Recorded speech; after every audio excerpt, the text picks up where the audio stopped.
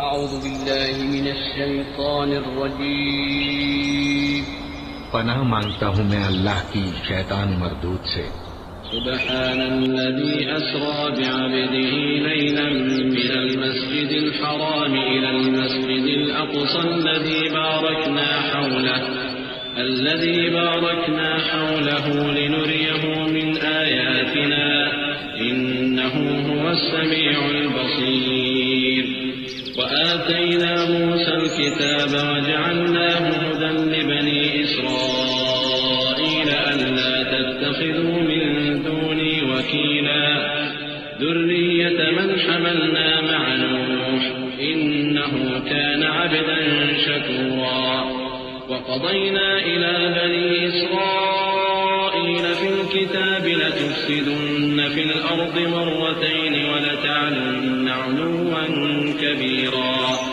فإذا جاء وعد أولاهما بعثنا عليكم عبادا لنا أولي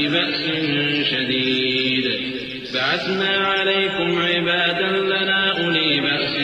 شديد فجاسوا خلال الديار وكان وعدا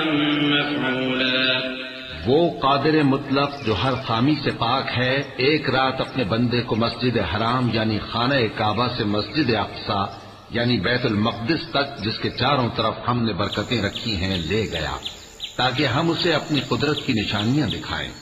بے شک وہ سننے والا ہے، دیکھنے والا ہے۔ اور ہم نے موسیٰ کو کتاب عنایت کی تھی اور اس کو بنی اسرائیل کے لیے رہنما مقرر کیا تھا کہ میرے سوا کسی کو کارساز نہ ٹھہرانا۔ اے ان لوگوں کی اولاد جن کو ہم نے نوح کے ساتھ کشتی میں سوار کیا تھا، بے شک نوح ہمارے شکر گزار بندے تھے۔ اور ہم نے کتاب میں بنی اسرائیل سے کہہ دیا تھا کہ تم زمین میں 2 دفعہ فساد مچاؤ گے اور بڑی سرکشی کرو گے۔ پس جب پہلے وعدے کا وقت آیا تو ہم نے اپنے سخت لڑائی لڑنے والے بندے تم پر مسلط کر دیے اور وہ شہروں کے اندر پھیل گئے اور وہ وعدہ پورا ہو کر رہا۔ ثم رددنا لكم الكرة عليهم وأمددناكم بأموال وبنين وجعلناكم أكثر نفيرا إن أحسنتم أحسنتم لأنفسكم وإن أسأتم فلها فإذا جاء وعد الآخرة ليسوءوا وجوهكم وليدخلوا المسجد كما دخلوه أول مرة وليتبروا ما علوا تتبيرا عسى ربكم أن يرحمكم وإن عدتم عدنا وجعلنا جهنم للكافرين حصيرا إن هذا القرآن يهدي للتي هي أقوم